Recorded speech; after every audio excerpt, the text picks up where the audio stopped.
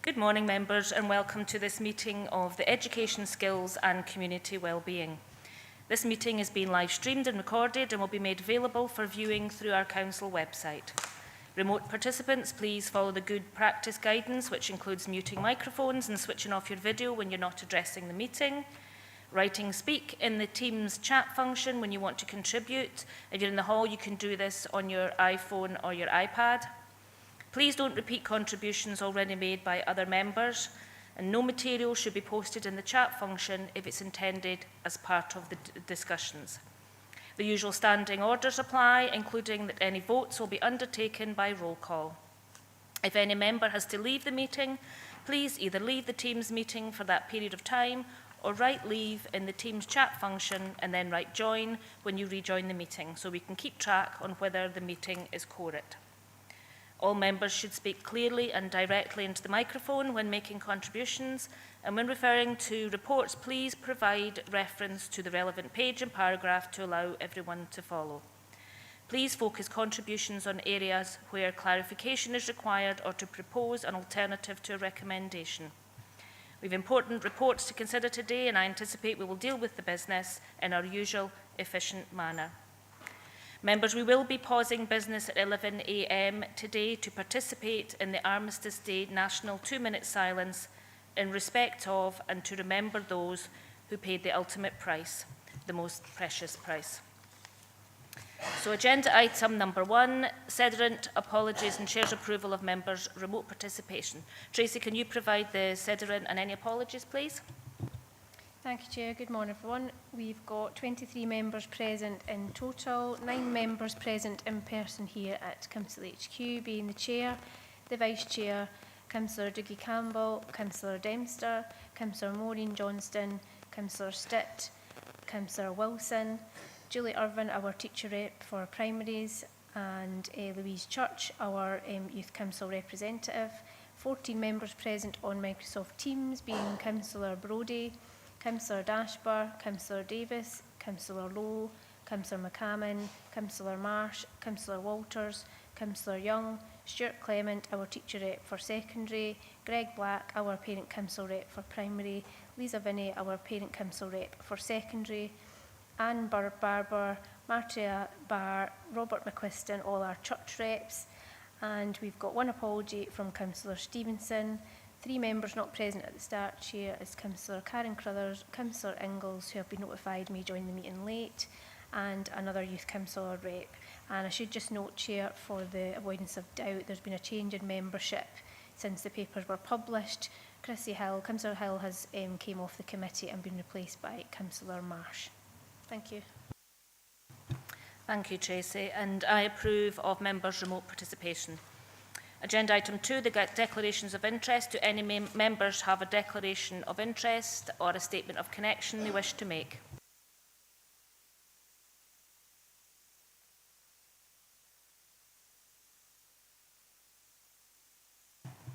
No, that's fine. So we'll move on to the minute of previous meeting of the 9th of September 2025. Do members approve of this set of meetings, this set of minutes as accurate?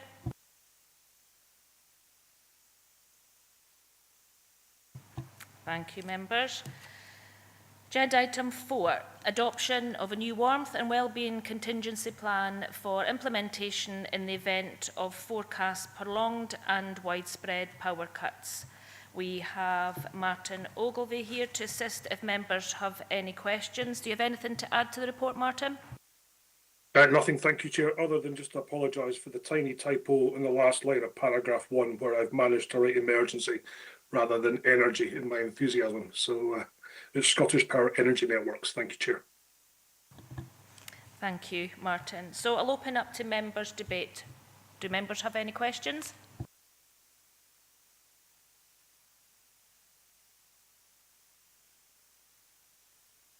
Councillor Dashford. Thanks, Chair. Good morning. No, it's good to see this in front of us. Just one little question, really. So, we're being asked to agree the concept of operations for the Warmth and Wellbeing Contingency Plan, but there's no appendices in front of us, so there's no actual separate plan for us to agree. It seems to be laid out within the report itself. So, operationally, do officers have a document that they would be working from this? Thank you. Thank you, yes, through you, Chair. Yes, there is a contingency plan. We had almost completed it when we went into Storm Amy. The plan is an operational document. It's something which is a live document and will change regularly, I suppose, as circumstances demand. Sadly, some of the venues that we had previously selected in the year have already closed for business for the final time. So these documents are dynamic, but there is an operational plan that officers will use, and it's detailed here in the paragraphs in the report in terms of the higher level concept of operations. Okay, thank you. Thank you for that, Martin. Are you happy with that, Councillor Dashford? Yeah, that's great. Thanks, Chair. Any other members have questions?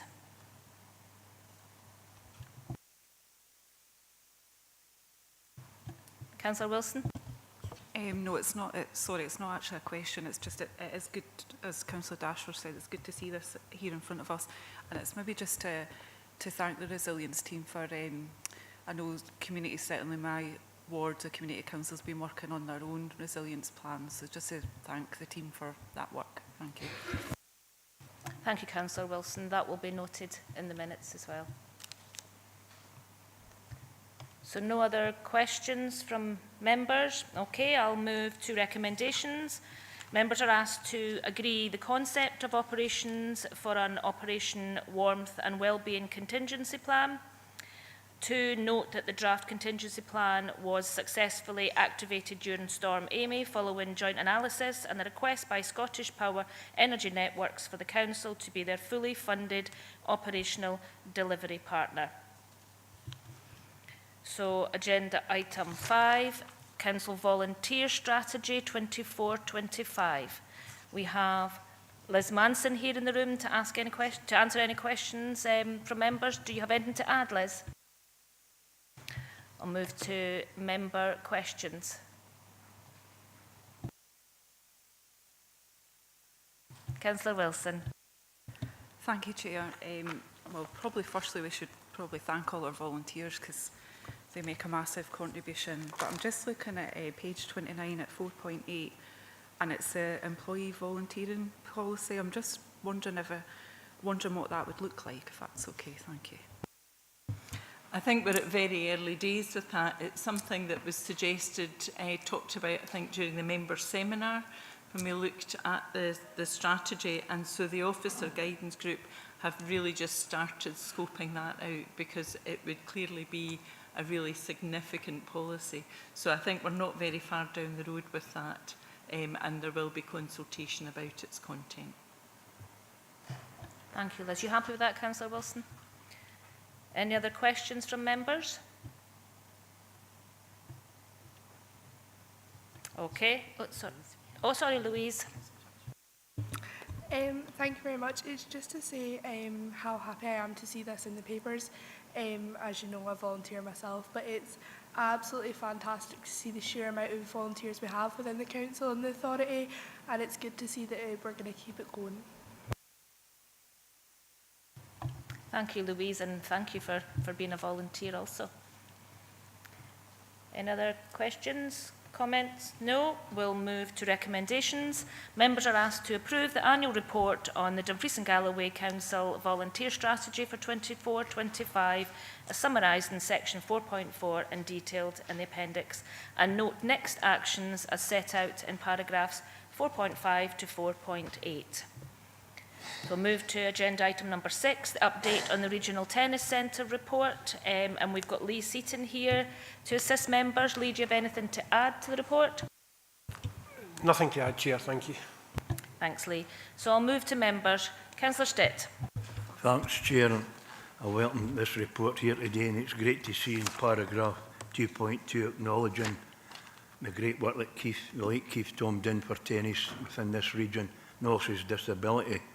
And I think it's quite fitting. I just hope that his family have been informed. Thanks very much. Can I just say too, when we get this indoor regional tennis up and running, if there's got to be representations from the 4 areas like Wigtonshire, Stewartry, Nessdale and Annandale and Nessdale, so that every area's got to be represented if they have a committee or a set-up, because I think it's important that we didn't miss out any persons within the area, because it is a whole Dumfries and Galway benefit. And it'd be nice later when it's opened up if all councillors got an invite to go around the tennis centre. Thank you. Thanks, Councillor Stitt. Lee. Thank you, Chair. Yes, so we have a D&G tennis group, Councillor Stitt, that the late Keith Tom used to chair and really pushed forward the idea of this tennis centre. So members of my staff, together with the community operator, are in contact with that D&G Tennis Forum to try and look at what's the best development opportunities for across the region. So very much to see that being something that we want to encourage from out with Dumfries as well. And very happy we have the facility anticipated to be handed over from contractors at the end of this month. December will then be a test period when we can invite some school activity, some club activity with a formal launch in January. So I'm happy when we get the handover, Chair, to reach out to members and invite them to come and view that facility. That's great. Thanks, Lee. Any other questions from members?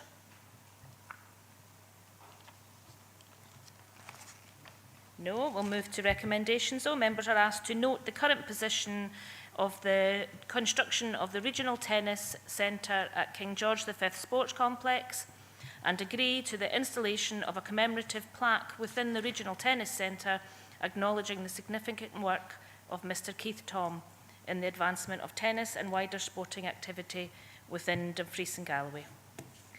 So we move to agenda item number 7. Dumfries and Galloway Event Strategy Funding Programmes. Again, we've got Lee here to assist members. Lee, do you have anything to add? Thanks, Chair. Nothing to add. Just happy to answer any members' questions. Thanks, Lee. So open it up to members. Councillor Lowe. Thank you. Good morning, Chair. Good morning, everyone. On page 63 at the very bottom, it talks about funding being for a maximum of 4 consecutive years from 2023. But we note with some of the projects, they've been getting funding for 12 or even more years. How can we encourage new projects to come through? Because they could just keep applying and never get funded because they're not big enough or developed enough. So how can we have a strategy that brings new projects and activities into Dumfries and Galloway? Thank you, Councillor Lowe.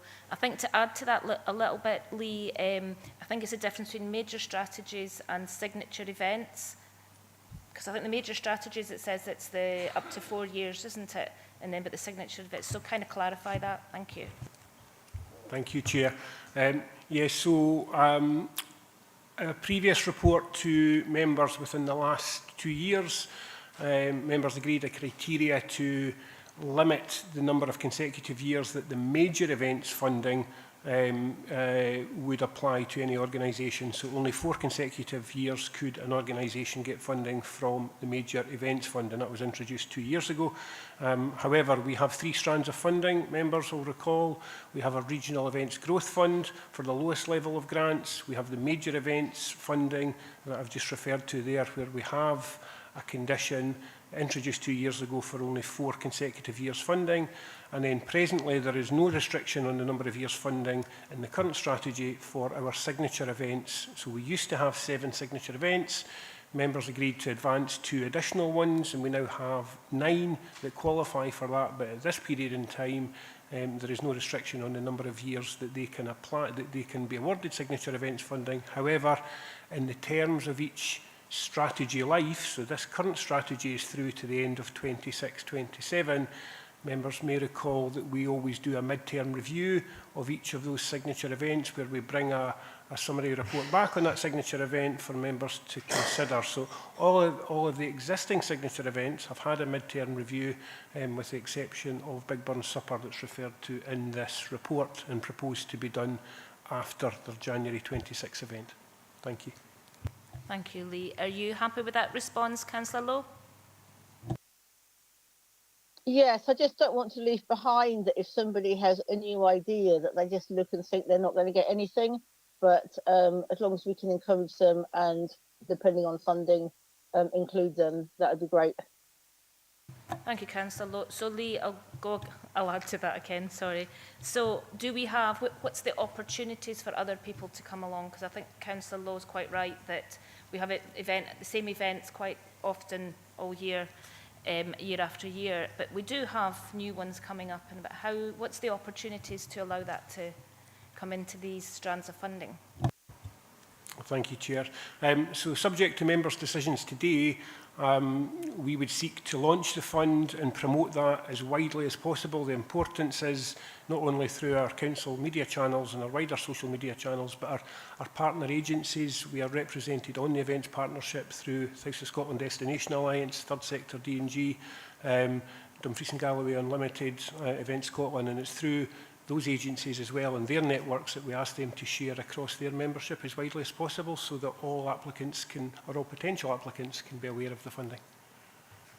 That's great and very assuring. Thanks, Lee. Do any of the members have questions? Councillor Stett. Thanks, Chair. It's just a follow-up. With Ian Barr leaving the post, are we got to be filling this post, or are we just got to be keeping it within the squad that's there just now? Because Ian done an excellent job, and it is quite a tactful job, like. Lee. Thank you, Chair. So you're correct. Ian Barr was very successful in the role, Councillor Stitt, as we know, and retired from the post in the summer-autumn of this year. So we have temporary arrangements in place. We have those through for the remainder of this financial year. Certainly the role of events officer is critical moving forward, as far as I'm concerned, to support, and it is my intention, subject to the development of a new strategy, that we would seek to continue to have a support for our events sector across D&G. You happy with sorry, you happy with that, Councillor? That's fine, Chair. Thanks very much. Okay, thanks, Lee. Councillor Campbell. Thank you, Chair, and good morning, everyone, and thanks for the report, Lee. Previously, we, as a council, developed a kind of statement of intent in relation to environment and climate and sustainability, and I see it's referenced in, well, there's a reference to that in paragraph 7 of the document, but do we still utilise that? So I'm trying to remember what the name was, but it was almost a document that event organisers should sign up to align with their priorities in relation to climate and environment. So the question is, are we still using that? Does it still exist? Thank you. Through you, Chair. Yes, it's the Greener Events Toolkit you're referring to, Councillor Campbell. So, yeah, very much. We had commissioned that externally. That was produced for us and agreed through the previous committee. So that is still very much in existence and promoted and available within our website as well. And the temporary arrangements we have just now, that's reinforced as part of their discussions with our event applicants. Pretty from the point after this committee, should members agree the funding criteria, then we would be promoting that as part of the open funds again. Thank you, Lee. Any other questions from members? No, so we'll move to recommendations. Members are asked to agree the spending profile of the Dumfries and Galloway event strategy budget for 26-27, to agree the criteria for the 26-27 Major Events Fund and Regional Growth Fund, agree signature event funding of £28,000 to the Big Burn Supper Festival for their January 2026 festival, and agree the signature event awards for 2026-27. Move to agenda item number 8, Education, Skills and Community Wellbeing Revenue Budget Monitoring for the period ending 30th of September 2025. Now we have Colin Pentland. Do we have Stephen White? Is it just you today, Colin? Oh, yeah, there you go, Stephen. To assist members, do you have anything to add, gentlemen? Good morning, Chair. Good morning, everybody. No, nothing to add from my side of things. Thank you. Thank you. And nothing to add as well, Chair. Happy to take any questions. Thank you. Thank you, Colin. So I'll open it to members for any questions, comments, etc. Councillor Jameson, Vice Chair. Yeah, thanks, Chair. Just with reference to page 78, 4.7, it's a kind of recurring question that we underspending due to staff vacancies in the ESL functions. Could you just expand a wee bit on that? You know, which particular staff do we have vacancies for, and how are you addressing that?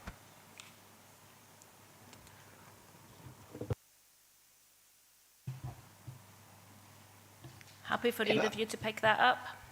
If I can answer some of the questions on how it's been dealt with, I might have to defer that more to the service and what they're putting in operationally. But however, I would say it isn't one specific area. As we see in part of the Appendix 2, it is across the majority of teams that there is vacancies that are appearing across the board. It's just not one area that we've got significant vacancies in. It's as the turnover of staff happens throughout the course of the financial year, as you'll see across all the teams in Appendix 2 and the support for learners, there is underspends on near of all areas apart from education psychologists. So that's just the turnover of staff we have. The only thing I would say is possibly is in this area, because it's a frontline service, it's not similar to other areas like clerical assistants, for example, where we have a vacancy assumption built in and things. So sometimes that does impact on the support for learner side that shows that we've got underspends, is because it's a frontline service. We don't allow for the same vacancy assumption we do for other areas, which therefore means once a post is vacant, that we do we do return an underspend in that kind of area. I hope that helps in the financial side. I'm not sure if there's anything more operational what's happening could be added. Thank you. Thank you very much, Colin, and I think that is an important point to raise regarding no vacancy assumption in these frontline staff. And at the last committee, we took the opportunity to really emphasise the importance of these roles, and that these are good jobs, important jobs, and career structures within these roles. And I know we talk a lot around the challenges, but these are very valuable and important roles that we try to recruit to. We do have a recruitment strategy, we have a professional learning strategy, we've got a career pathway that we are working closely with our college, at Dumfries and Galloway College, and our colleagues in HR. So that's a piece of work that you will see reported within the service plans as we go through the papers today. And happy to take and provide any further information on to members. Thank you. Thank you, Colin. Thank you, Gillian. Councillor Jameson, are you happy with that response? Yeah, I'm very happy with that. It was good. Some of that I was aware of, but it's good for members to to get an update on the work that's going on. Thank you. Any other questions from members?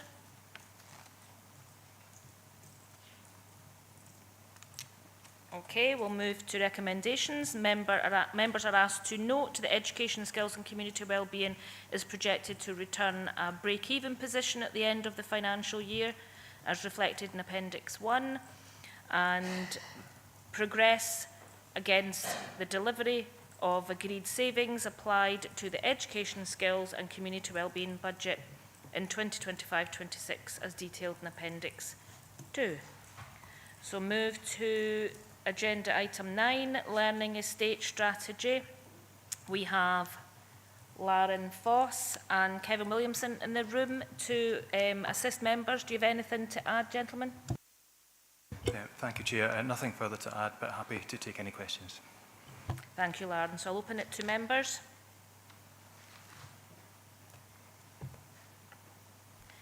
Councillor Wilson. Thank you, Chair. I don't have any issues with the recommendations, and I think the right school, right place came from myself, a conversation with the council leader. And it is basically that, having the right schools in the right place, and I think it was really just, you know, making sure we have the children learning in the right environment. And I think we're all aware that the school estate is too big, and it was highlighted at Economy and Infrastructure Committee last week that there is a backlog of maintenance. £75 million, I want to say. I'm sure that's what the figure was that was in the papers last week. So, and I think this is about getting it right for every child, and making sure the support is there in the classroom for the teachers and pupils. So I think the right school, right place is a bit more than just a learning estate strategy, but I think that's where we should be working towards. And so I think my question would be, how do we take that our school and wider communities with us, along with us on that kind of journey? Thank you. Thank you, Councillor Wilson, and thank you for those positive comments. Lauren, can you respond? And can I ask also that Councillor Wilson mentioned figures that were in the newspaper. Are these correct figures? About, was was I'm always very, I don't like my numbers being brought up in committee for the public if they're not quite the right numbers. There was, it was in a paper in Economy and Infrastructure Committee last week, and it was a maintenance backlog is £75 million. That's what I spoke to it last week at committee, so that's why I remember, but I'm sure it was £75 million. I might be wrong though. Thank you, Chair. I wouldn't challenge the number at all if that came from colleagues. I think all I would add is that that's probably purely looking at repairs and maintenance issues rather than bringing the school estate up to an A or a B condition, which would be significantly higher than that, I would anticipate. In relation to the first question around how do we take and engage with communities on this, I think it's a really important element of the strategy, and that's why you'll see that threaded throughout both the school estate strategy and the rural school strategy as well. One of the fundamentals, however, that I guess protects and guides all of the processes is the statutory consultation process as defined by the Scottish Government. That gives a clear legal documentation that we must follow, and it's why it's really important for us to do the pre-consultation for any changes to the school estate, and that will happen school by school, location by location, and fundamentally that allows the micromanagement of every change that comes forward rather than it being a global shift. By agreeing to a strategy which sets the principles, we'll still be able to scrutinise and analyse each change as it comes forward. So hopefully that helps. Thanks, Lauren. Are you happy with that, Councillor Wilson? Councillor Jameson, Vice Chair. I would just like to thank Carolyn for her contribution. I think it's well put. I'd also like to take this opportunity to basically congratulate Lauren and John and the team, but particularly Kevin. I think this is one of the best reports I've ever seen from the council, and it's really well referenced.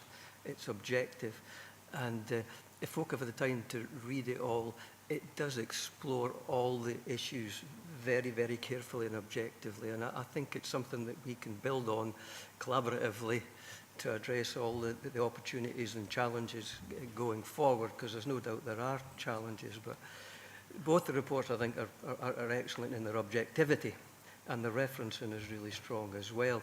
And they're open to question, as I'm sure Jim will be questioning them, but I think it's clarity is really important, and it's not top-down. And one of the key things, kind of the key words or phrases is there's no one-size-fits-all, and there's an opportunity for flexibility. We don't, for example, rule out two-class schools in certain situations. So it's very well balanced, and it's open to discussion, and hopefully we can take this really important issue forward in the next few years, and more important, and just as importantly, looking at it long term, which this addresses as well. Thank you. Thank you, Councillor Jameson, and I think we can all echo those sentiments about this report, Kevin. It's an excellent report. Thank you for that. So, got Councillor Dempster, but we do have, oh no, and Councillor Campbell, but we've only got about 30 seconds to our so if you want to be quick, and then we'll have our 2-minute silence. Well, if you want, Chair, because it's only an observation. With this new designation by the Scottish Government of remote rural schools, can I just ask officers and refer them to page 100, the Council priorities and commitments? Some of our school estate doesn't have accessible provision for all learners, and I think that has to be taken into account with the new designation of remote rural schools, and it's something we should be looking at as an urgency. But thank you for that, Provost. Just an observation rather than a question. Thank you. So we'll move to 2-minute silence now.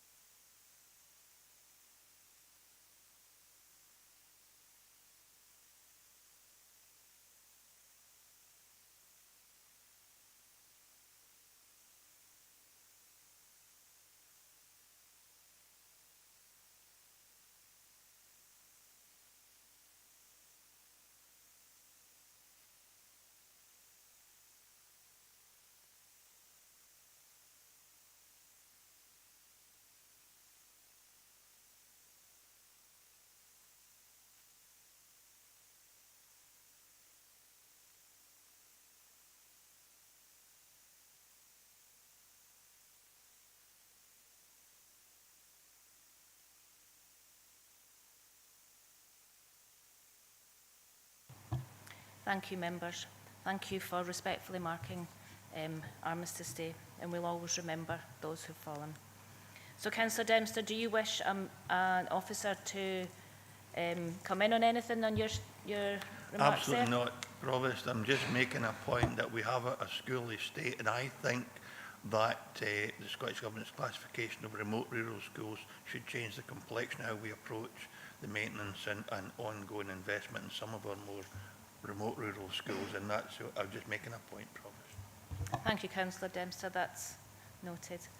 Councillor Campbell. Thank you, Chair. I was really pleased to see this report. It was myself that specifically asked for a rural schools strategy, and I would agree with our Vice Chair that it's a very good report. And what what I am particularly pleased about is it addresses a lot of the concerns that I have about and others have about rural schools, aligned to rural depopulation and the school rolls falling quite dramatically. I think the report, and this isn't a criticism, it feels reactive to situations that develop in rural communities. I'm just wondering if Lan could maybe speak a bit about how, in a more proactive way, we can utilise this strategy before we get to the point of, for example, a statutory consultation on closure. I appreciate that that probably cuts across other areas of responsibility within the council. And I had asked the Director for access to the research report on rural depopulation. I can't open the link that you sent me, so it's just to ask Lauren if you used the data from that research project to develop the strategy. If not, will you include that in consideration of how the strategy is implemented? Thank you. Thank you, Chair. I'll take the first part and then I'll pass over to my colleague Kevin, who's more involved with the creation of the document itself. In terms of looking at the rural school strategy and how that impacts in terms of the engagement part of it and the wider areas you were asking about, I think what's critical is allowing for that earlier engagement and that, I guess, horizon scanning and that early warning of what the future could look like in an area. It becomes very clinical when it moves to the statutory consultation process, which is where you take a step back from that. The Scottish Government have the pre-consultation element for it, which allows us to look at wider opportunities or alternatives to closure. I think you can probably come a layer beyond there, further back, where we could be looking at things like, we know our role projections for the foreseeable number of years ahead that are fairly accurate. There is a way to engage with school communities to say, potentially in 3 years' time, the school will drop to X. What is it that we can be doing just now to try and impact or change that? Now, that might be in some instances there's nothing changes. It might be that there's a process that's moving forward in a community that looks to increase employability, looks at the housing markets, looks at all these bits and pieces that are wider than purely just education. We tie into a local development plan, so we are aware of housing coming forward. We're aware of employability elements that we see within the council, but there's wider areas for that are coming in from external industry, etc., that might influence those things that may change the shape of what the future looks like within that. There's also areas that I think personally, we've got a school estate that is underutilised and not purely just from a percentage of children inside the schools. Schools only operate 190 days of the year, they're not open weekends. If there's functions that are required within a community that can be delivered from a school, there's opportunities there as well, and those opportunities can only really be defined and come forward from the communities themselves. But there's a real desire to look at shared provision for council functions. We've got a small number of examples where that does take place. Social work, for example, working out at Douglas Stewart High School.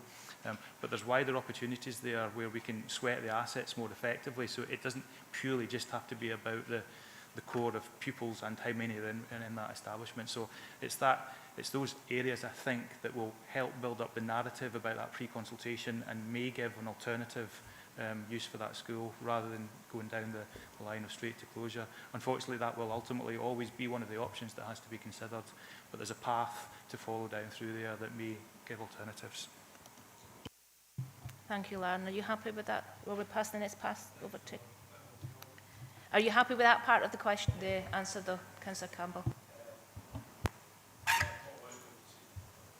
What I was going to say in a follow-up question, if you would allow me to ask the question, obviously the implementation of the strategy, will a report come back on an annual basis for us to, because there's a lot, potential statutory consultations in the future, and I think it would be helpful for this committee to review how the strategy has been implemented and whether it needs any tweaks or further development.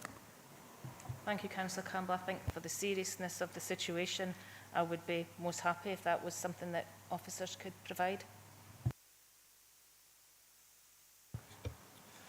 With regard to the question regarding the population and demographic research project, this is the ongoing work by the Council. Yes, that's absolutely been used to help inform the rural school strategy. Within that, there are a couple of themes that are very pertinent. Theme 2 being about communities, and theme 3 looking at best interventions. So one of the 4 guiding principles of that rural school strategy is looking to ensure that where decisions are being considered about the future of a school or a rural school, that communities are involved in those discussions and that they're participating at the earliest opportunities with anything from statutory consultation or option appraisal. Thank you. If I could just come back in briefly, Chair. Thanks for that. I'm just wondering if members of the Education Committee will get to see the depopulation report. You know, I noted from the draft strategy document there is reference to, in cases, a link between school closure and community depopulation, and I think it would be helpful for us if we could see the output from that research to allow us to understand better the challenges that are being faced in rural communities. Is this something that you think could be added to that report, that yearly report that you would like us to have? My preference would be to see it sooner rather than later, but yeah, I mean, it's something I think we could go back to in terms of how the strategy has been implemented, but I think it'd be helpful if we could get access to that research to consider it. That Director's just assured me that can be circulated, that information. And would you like the other part to be added as a recommendation if members are in agreement, that yearly report?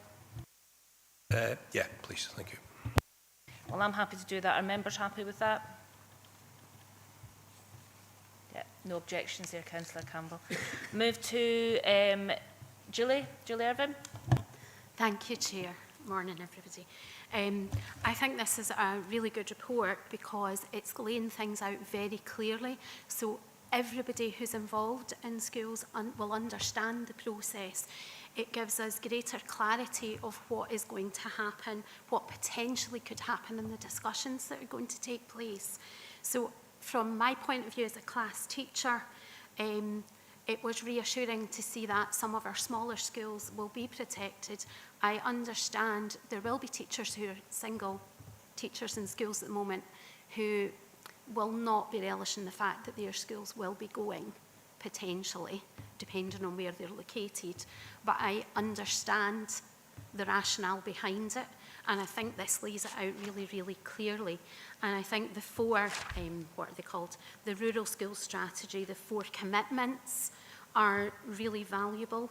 So it's looking at that viable 2-class schools in remote rural areas, allowing us to give parents choice and that flexibility of schooling. The access through school transport is critical in our area. It is a big issue, and especially when older learners are trying to access different subjects. And I suppose that brings me on very neatly to the digital solutions for enhanced learning and support. So this is, I suppose, aspirational in that it's looking for digital solutions to enhance educational quality and staff support in rural schools. Nobody could argue with that. But we do have ongoing issues with connectivity. So to get that, I mean, already this term since we came back, there's been 2 days where the system's been down, where it's been really difficult to teach because we've not been able to access our online digital materials. So there are still ongoing issues, but I understand that this is aspirational. By rationalising the school estate, we can put the money where it is needed. We can support those learners. I do have a question around the access of digital learning, so DG Connects. We do have a temporary policy through LNCT for online learning, but it's not recognised at SNCT level. So there is a bit of a risk there, and I just wanted to make sure that you are aware of that because it's not part of national service conditions of service for teachers, teachers are not obligated to actually teach online. So there is a bit of risk in there. Thank you. Thank you for that, Julie. Thank you for those positive comments. It means a lot to the committee when it's coming from a teacher about this paper, so thank you very much for that input. And the Director wishes to come in on your question. Thank you very much, Julie. And it is absolutely, I'm very proud of our teams who have reached agreement at LNCT. We're one of the first LNCTs in Scotland that has reached an agreement formally on digital learning and learning and teaching, but I absolutely recognise that that is an LNCT, not a Scottish-wide picture. And it's something that I hope that we can continue to develop. But it is a year-on-year policy. It does rely on volunteers. I have to say that many of our teachers are champing at the bit to become more and more involved with some of our digital delivery of qualifications. But we know that online learning is not just digital delivery of qualifications, but also around learning support and augmented materials. So it's certainly one to keep on the agenda, and welcome the trade unions and teaching workforces supporting this. Thank you. Thank you, Gillian. Are you happy with that response, Julie? Yes, thank you. Greg Black, online. Hi everyone, thank you. Hopefully you can hear me okay. My camera isn't working. Can you hear me? Okay. Can hear you thank fine, yes. Thanks very much. And that's been a really useful discussion. And I was going to actually come in on the utilisation of schools by the local community, and that's something that Lan referred to. Our kind of experience on some of this is the process to book the school and use it for any outside of school activities is a bit onerous and puts people off. So I think there is something around there that the council and perhaps involving parents and parent forums could look at. For example, in a local school that I know of, a excellent facility was installed, a sensory room, through local fundraising and etc. And the idea was that would be used by the full community, but that hasn't actually happened to my knowledge. So I think there is a problem there, encouraging people to use the school. So I'm happy, myself and Lisa co-chair the Parent Council Regional Forum, so I'd be happy to pick up a conversation with Lan and others about how we, what are the potential hurdles for people using, the communities using schools more, and to discuss that. So I think it's more of an offer rather than a question, but I do think that there is a potential hurdle there that we need to whether it's a real hurdle or whether it's just a perception, I think we need to overcome that to maximise the use of these assets in the community. Thank you. Thank you, Greg. Yeah, absolutely, that's a relevant point, and thank you very much for that offer. Are Lauren, do you need to come in on anything of that, or are you just happy with that offer? He's happy with the offer, Greg, but thank you very much for that. Louise Church. First of all, what a great report. It's great to see that rural schools are being looked at as they are.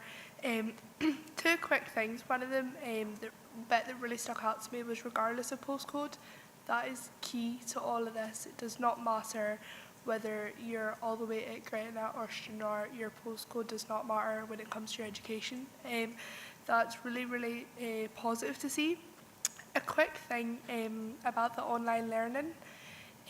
As someone who partakes in online learning, and I talk to a lot of people who do online learning, getting access to things like computers and everything else that comes with it can be really difficult.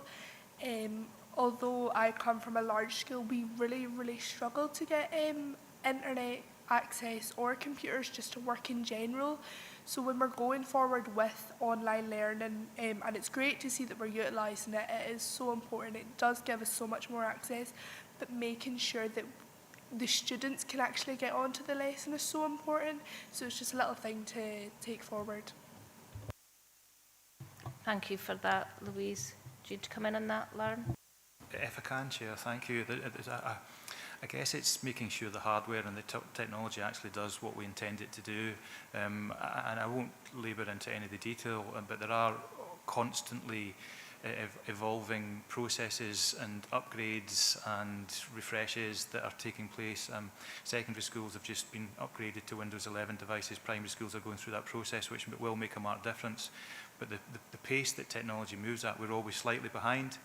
So sometimes there will be issues with that, but absolutely take on board the impact that that can have, and it's something that we are very aware of, that we strive to ensure that it works as well as it should. I think fundamentally what we're looking at is a strategy that puts an emphasis on the benefits technology can bring within our school estate, given its rurality and the geography that we have across Dumfries and Galloway. So thank you for your comments.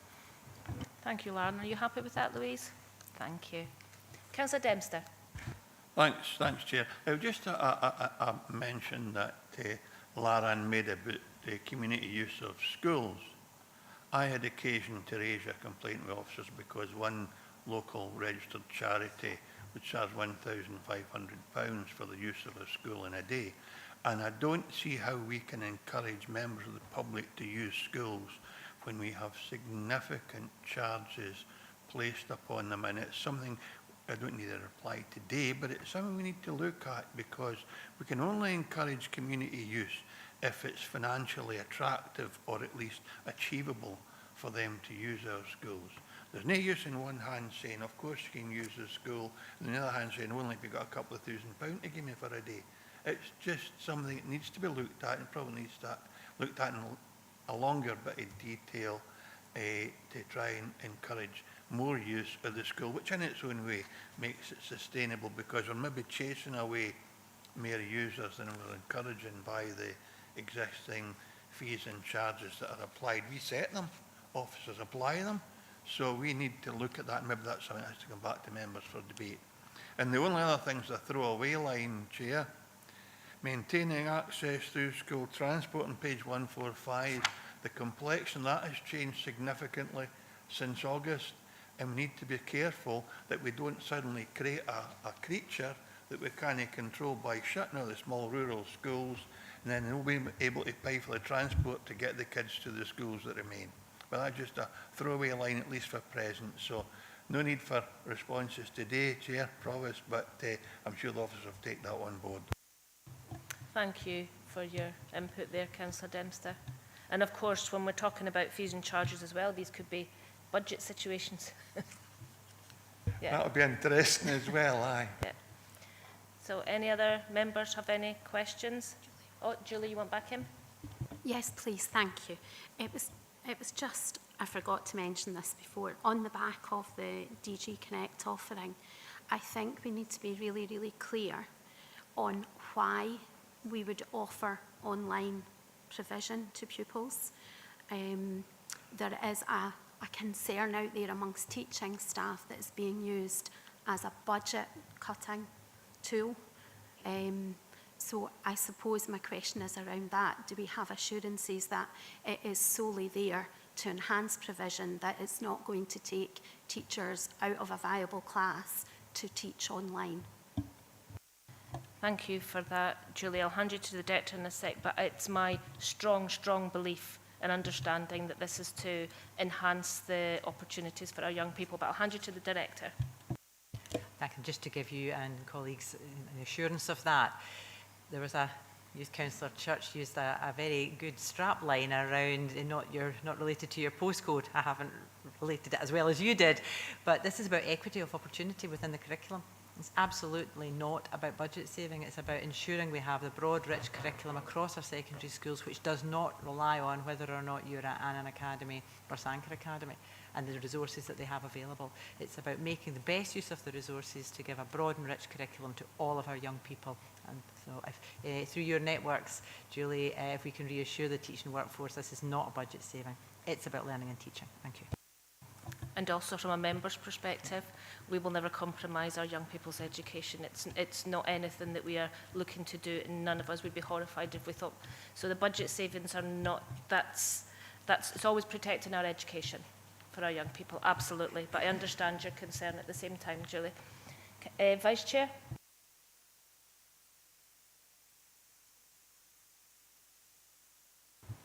Yeah, a comment and also a pat in the back.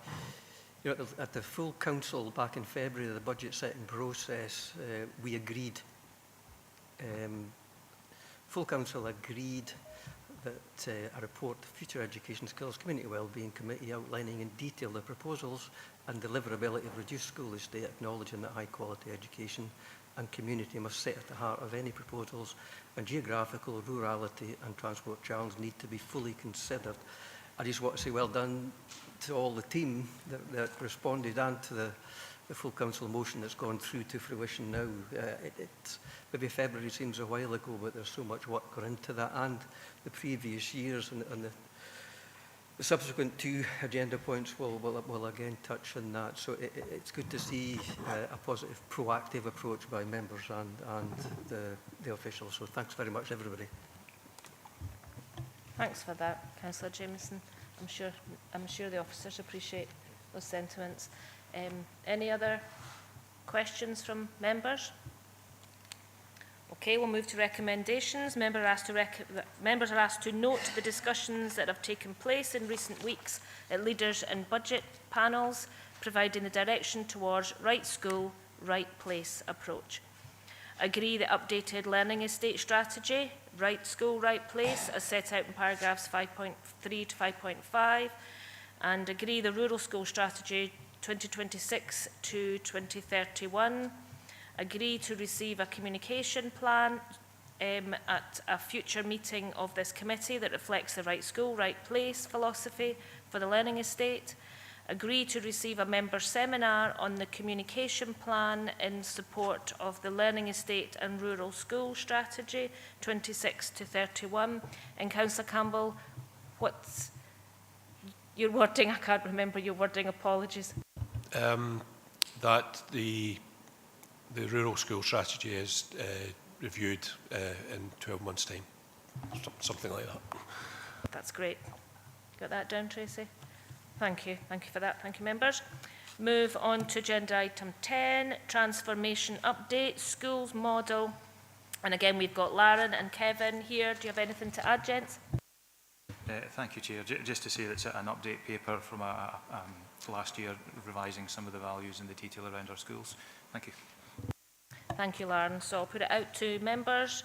Have any questions or comments?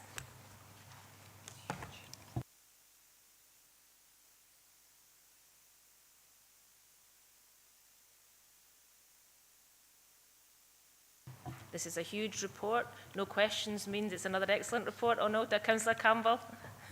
I'll ask one. It's in relation to statutory consultations and closure. Clearly, there are a lot of schools here, and it was very interesting going through them all, that are vulnerable, I would say, and I'm just wondering if the department's got sufficient resources for statutory consultation and how that will be actually managed, because I would expect, and we'll come to it later under item 12, that a statutory consultation will be a huge project for every school. So do we have the resources to actually manage what will, I think, be inevitable in some cases that other schools will have to go through that process? Thank you, Councillor Campbell. Yes, that's a huge piece of work there. Lauren, are you able to respond to that? Thank you, Chair. Absolutely, it requires a significant resource to do the job correctly and follow the legislation and make sure that it's given the attention that it requires. Just now, within the existing team, we are comfortable with the volume that we've had coming through the system just now, but you're absolutely right. If that volume changes and there's a requirement to consider more statutory consultation processes within a single year, then the existing team would need some supplementary resource to support that delivery. You happy with that, Councillor? Yeah, I'm fine. It's just the term statutory consultation on closure. I just wish that it had another title, you know, in terms of, like, you know, alternative options for education model, you know. But anyway, that's just a personal thing. No, semantics make a difference. They most definitely do. Anyone else have any questions?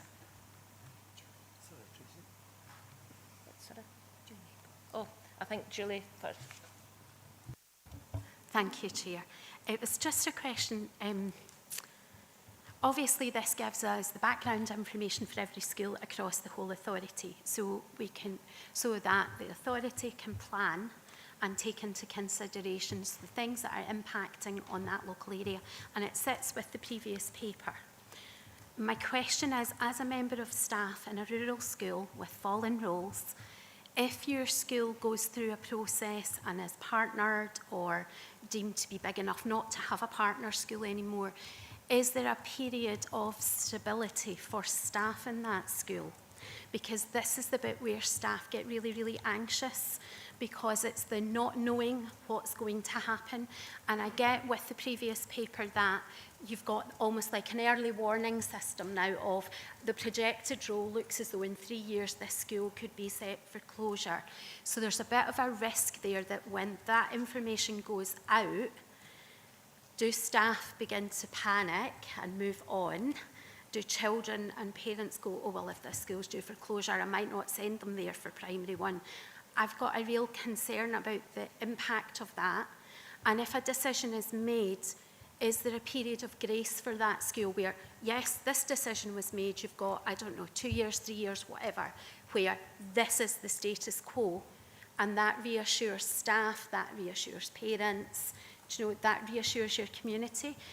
I can't see anything in the paper about that in any of the papers, and I just wondered if that is something you have considered or we have in place, maybe in a previous paper somewhere. Thank you. Thanks for that, Julie. Lauren? Thank you, Chair. I think the first place to start, I guess, is that there is no official moratorium in place through the processes that we have. The only official one is through the statutory consultation process. If that process is followed for a school and it results in the school remaining open, or there's a change of decision, or the process is stopped, there's a 5-year moratorium which stops us coming back to that school within that time period. What I would say in terms of the processes that we have and the detail that you've shared, absolutely that is a consideration and something that we are aware of, and the impacts and the cause and effect that that could have. However, every decision that's taken in every school that's brought forward for consideration will go through an options appraisal process. So the pack that you have today for this committee item is really just data, it's information. There's no decision making inside of that. That was previously agreed at a prior committee meeting where we would bring any changes to the school estate forward for members' consideration. We would look at the wide range of options considered for that school. Now, they could be positive changes, they could be ultimately closures or changes to catchment areas, etc. as well, which would have those negative connotations that you've described. They're discussions that we would be having at a local level to inform the position for that school community, but only after members have agreed us to move forward with that. There's a paper later on today about Dorai, for example, that's asking permission to start that process. So each change will come back to this committee to give officers the permission to move forward at that stage. So hopefully that describes the steps that we will go through. It's not a direct answer to the question, Julie, but hopefully it gives a little bit of reassurance that there's gateways through that process. Thanks, Lauren. How you okay with that response? Can When I come back? Most in? certainly. I understand the statutory process because that's looking at closure. So if a school goes through that statutory process and it is deemed to remain open, then for 5 years you can't do anything. But what about the schools whereby they have been partner schools, one school increases in role, it comes out of that partner? Does that come back to this committee, that decision? And if the school role then subsequently were to fall again, does it come back to this committee to be repartnered? That's the bit that I don't have the information about. I don't quite understand. Thanks, Julie. Jonathan, you want to come in on that? Yeah, thanks, Chair, and thanks, Julie. It's a really, really good question, and it's the one that probably keeps me awake at night, because it is that changing landscape that we're dealing with. As we've seen at this committee on numerous occasions, the pupil population is falling rapidly, and we're having to do things quite quickly at times, in particular when we haven't necessarily planned a school closure. And when parents have asked us to do that piece of work to temporarily close the school. So we have had to kind of act quite quickly. We've got some really good principles that sit behind a lot of this work, and a lot of that's been agreed by the LNCT, as you're aware, in terms of the cluster working review stuff that we did. So we've based a lot of our principles to try and ensure we can follow that. We're in control of a lot of it, but we're not in control of everything, and I think that's a difficult part of it. And because of the good working relationships we have with our trade union colleagues, we're able to bring things together quite quickly which affect our members and our staff to make sure that they are as well supported as we can possibly make them. But at times we do have to revert to the redeployment policy, for example, to make sure that we're managing staff movements. It is, at today's date, impossible to say what the picture will look like next year or indeed 5 years down the line, and I think that's what the school estate strategy is very much trying to do. We're trying to plot that long-term future for our schools so that we can give as much certainty as we possibly can to all our stakeholders, whether that be our staff, our pupils, our families, our community partners. We're trying to plan that longer-term future. But we do know that there's an element of instability out there, and with the numbers that we talk about sometimes, with very small numbers in some of our schools, it literally just takes one family to move, and that creates a different situation. So whilst we have tried to partner with another school, or we have tried to look at a different management arrangement, sometimes we've had to then go back and say, well, we need to do something different again. I always try and give at least a year of time to say, look, you've had a change. Let's just sit on that change and let's not panic, let's not do things too quickly, and try and leave things as best we possibly can to give everybody just a little bit of breathing space, a little bit of time to get used to things. And then if it is the right thing to do, then we potentially could look at a different arrangement moving forward. But again, we would be very much trying to get in and have those conversations as early as we possibly can with the staff, with the management team, and then with the parents and the community to say, look, we're going to do something a bit different here. Ultimately, the impact on the children is not going to be any different because it should still be their same class teacher. And I've always said that. That's, you know, when we've changed the management arrangements in our schools, the class teacher on the whole has stayed the same. And that's the really important thing for the children and for the parents in particular. So I hope I've given you a kind of broader context. Maybe I haven't given you the answer, but it's the thing that we're working on, and we have to almost get the operational activity behind the strategy aligned as best we possibly can. And most of the time it works, but sometimes we've got to do things a little bit more quickly to try and get a good solution for everyone, or the best solution we can for everyone. Thank you. Thanks for coming in on that, John. Are you okay with that, Yes, Julie? thank you. Thanks for that. Vice Chair? It's just a quick one, hopefully anyway. The statutory consultation is quite an extensive and intensive piece of work. Am I right in saying that the presumption is not to close and the consultation is to provide the evidence why it possibly should close? And secondly, does the final decision come back to this committee? Through yourself, Chair. Yes, absolutely. There's a presumption against closure, and there's additional elements for rural school within there as well. And every decision would come back to this committee to take a final call on it. Thank you. Thanks. That was just for clarity for everybody, really, because it is a long, intense process. So people shouldn't be fearful that it's not a very well considered process. Thank you. Thank you for that. Any other questions from members? Go to recommendations. Members are asked to note the updated school model profiles 2025 provided in the appendix, which set out detailed school level information on the learning estate.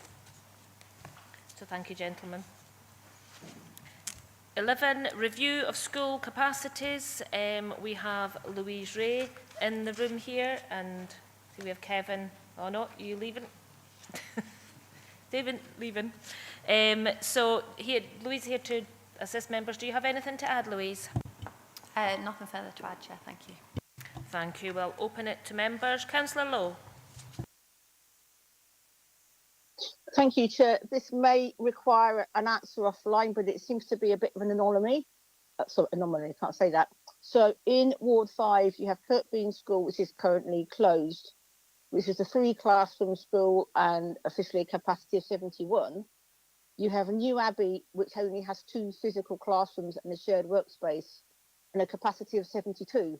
And that just, I've been to visit the school several times. It just seems to be something that's not very clear as to why we would have maybe up to 72 children with only 2 classrooms. I just wondered if there's a reason for that. Are you okay to respond to that, Louise, or would you rather Councillor Lowe took that offline? And I mean, it's certainly something we can pick up offline. I think New Abbey is unique in its design and has a lot of available space, whether that is a clearly defined classroom space, for want of a better term, is probably up for discussion. I think at one point, I think the whole school was pretty much open plan, and there were very few walls in the school, to be honest, but certainly happy to pick that up offline. Thank you, Louise. Are you okay with that, Councillor Lowe? It's more ward specific. Yeah, thank you, Chair. That would be good. Yeah. Great, thank you. Any other members have any questions?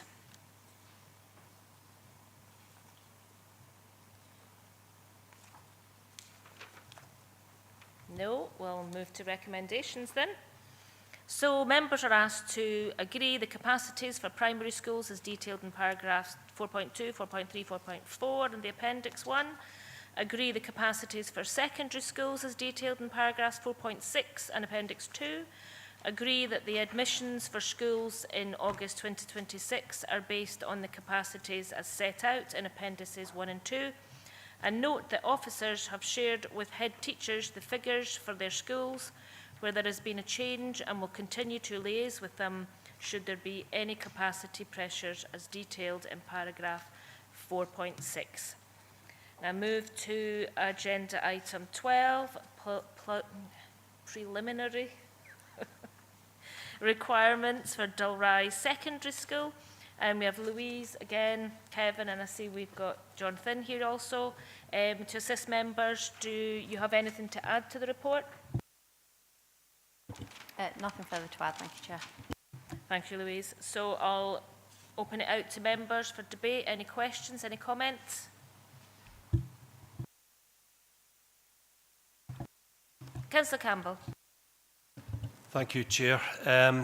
As a ward member for the Glenkens area and Dalry Secondary School, I feel really sad that we're at this point of considering a statutory consultation, and as I've said many times, I'm really worried about the impact that it will have on the wider community. I think the new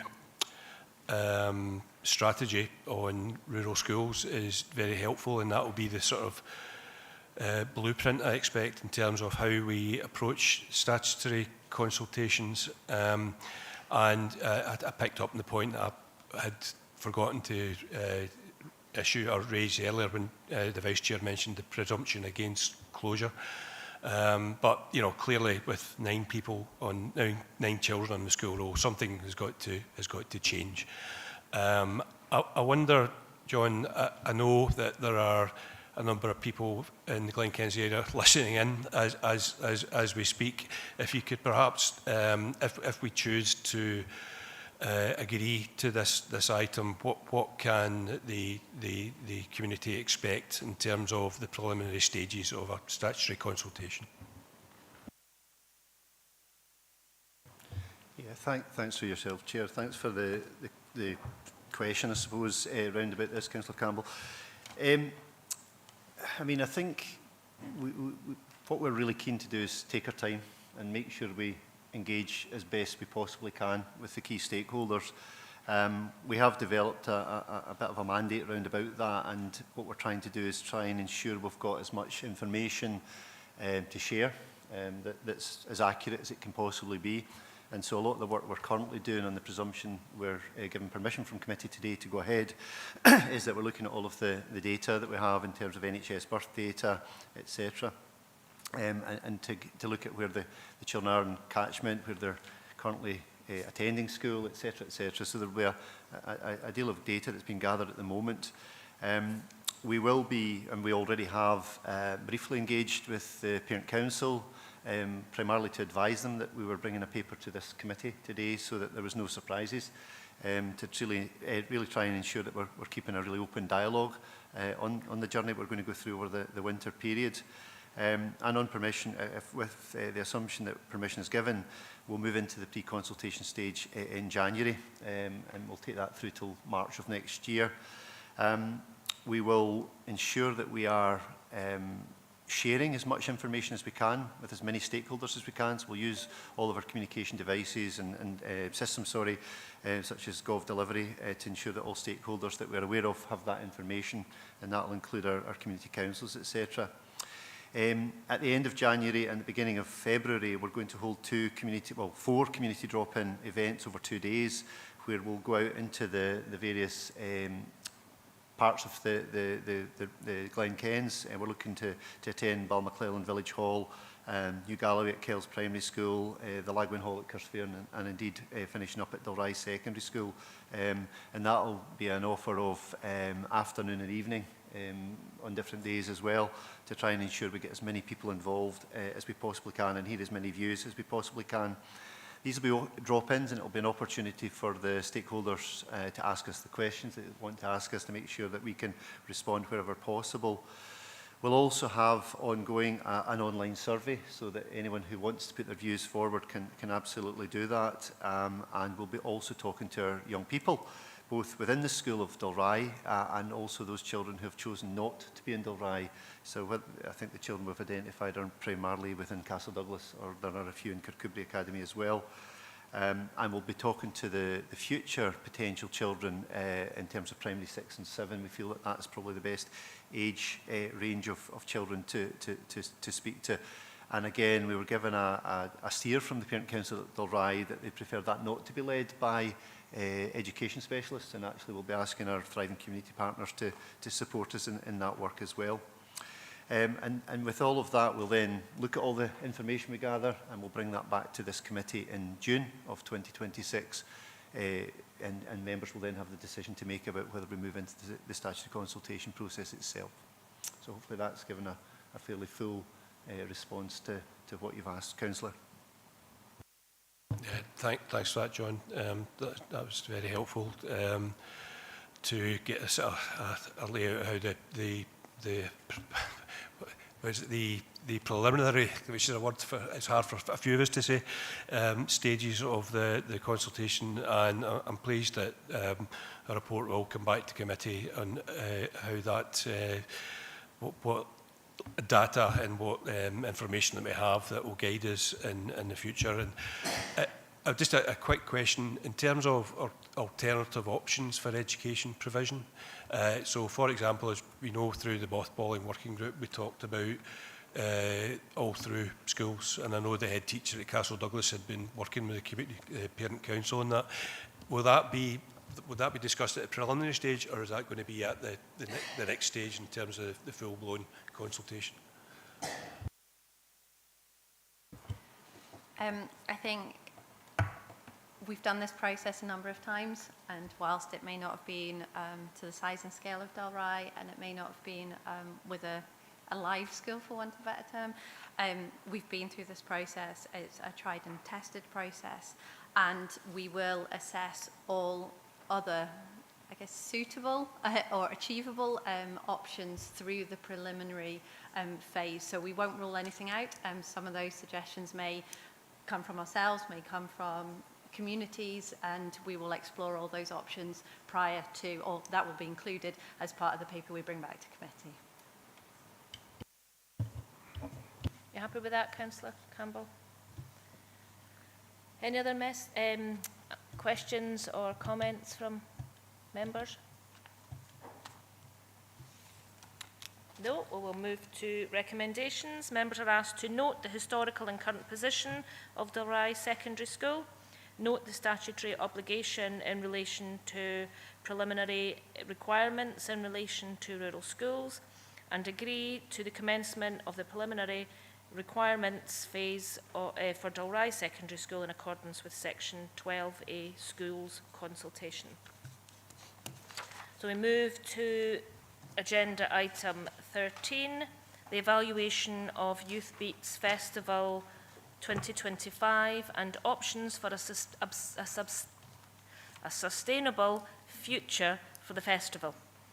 We've got Mark Malloy here to assist members. Do you have anything to add, Mark? No, Chair, nothing. Thank you. I'll open it up to members. First of all, I'd like to say this is another excellent report. I know ever since the days when this was funded by Nisdale Committee, there's always been questions around whether we charge or how we go forward with this before it became one of our major events. And this answers all the questions, all the positives, all the negatives, all the economic value. I think it's an excellent paper, and I think it answers every one of our questions that we've probably asked over the past many years. So thanks for this, Mark. But I'll open it to members. See, Councillor Lowe. Thank you, Chair. It is an excellent paper. I would like to just propose from the start that we go with option 1, which is to keep it as it is, also accept the additional funding of 19,000.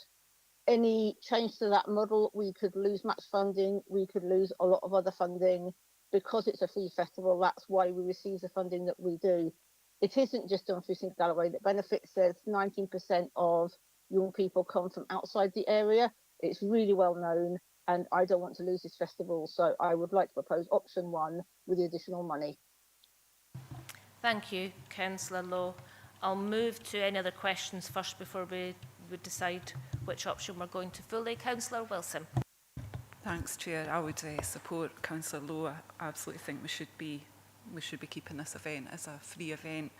I think it's a really good paper, and I'd echo everything you said. And I think there's more to it. I think the opportunities it gives local children to perform on stage, you can't measure that, and I'm sure there has been some success stories from even those performances. So happy to support Councillor Lowe. Thank you. Thank you, Councillor Wilson. And I think in a time in a council when we're trying to, and we've had this with the rural schools, discussions, etc., trying to keep our young people in the region, to give them these positive experiences and positive memories is always a good thing as well. You want to come back in? Aye, sorry. What I was going to say as well is I totally appreciate that we are coming up to budget setting and we're having to make some tough choices, and I can't help but say this, but the cost of this is actually less than the cost of the Chief Officer restructure that we're paying for annually. So, sorry, I had to get that in. Thank you. Thank you, Councillor Wilson, and I wouldn't expect anything less. Consistency. Louise? Yeah, I just want to say that Youth Beats is such a big thing. I know a lot of young people who couldn't even afford to go to anything remotely as impressive as this. And just when I was reading through it about the mid-case scenario, a 6,000 people drop from audience members like that is catastrophic. It is crazy to see how even just a little charge can make such a difference. So from a youth council point of view, keeping it free is key to keep young people coming to events like this that they deserve in this region. Young people work so hard up and down the region, and this event makes it all worth it. Thank you, Louise, and it is really important to hear from our young people exactly how they feel about this, so really grateful for those comments. Thank you. Councillor Dempster. I'm sure you'll be fed up hearing me, Provost, but I don't know how our Wains can get to the weekend festival because there are no buses running on a Sunday, and we give them free transport, we provide information and activities for them, and can go. It's not for us and it's not for today. I just want to take the opportunity to tell members that we're not doing what we should be doing in terms of making accessible transport available to all children that want to come to Dumfries. If you're talking about just mainly this event because this paper, then maybe that is something we need to consider in with our future plans. I think that's very helpful, Provost. I was making an observation just about the failure of the public transport system serving Mid and Upper Nisdale. But yes, if there was an opportunity, because of certain circumstances, that's something that Mark could look at. I'd be delighted. I'm so should the young people. Thank you. Well, it's an important thing that is an important item that, you know, that you've raised there, because this is about being accessible to the whole of Dumfries and Galloway. And if you're saying that there's issues from Mid and Upper Nithsdale, then that's something we probably need to look at. Well, we do need to look at if it's an issue. But Well said, Provost. I will hand over to Mark, because I'm sure he's got added comments. Thanks, Chair, and thanks, Councillor Dempster. Appreciating that, you know, the recent changes to public transport, that, you know, it's made some things more challenging, but something that we've done since 2018 with Youth Beats is that organised youth groups from all areas are able to access a fund which provides subsidised coach hire for any private organised youth group, and some youth groups in Mid and Upper Nithsdale have taken advantage of that to ensure that the young people are able to stay to the end of the event at 10 p.m. at night.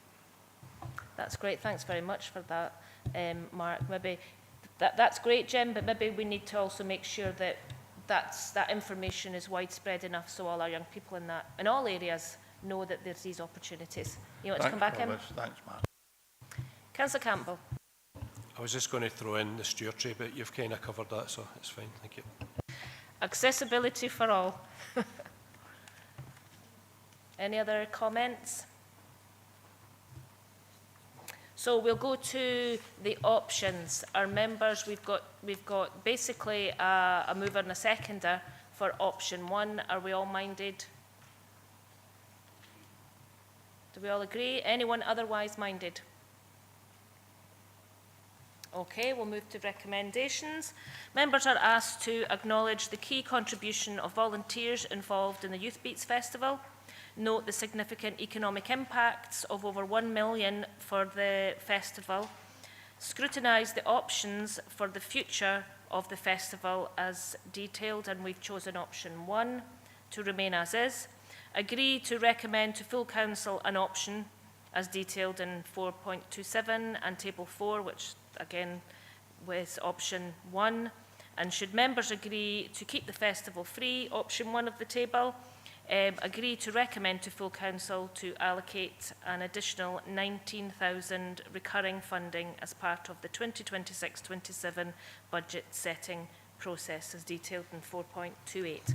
So thank you, members, and thank you, Mark. So we'll move to agenda item 14, Youth Work Service Quality and Standards Report 24-25. And we've got Mark Malloy again, but we've also welcomed to Kelly Ross. Do you have anything to add to your report? Not at this time, thanks, Chair. Thank you. So I'll open it to members for any questions or comments.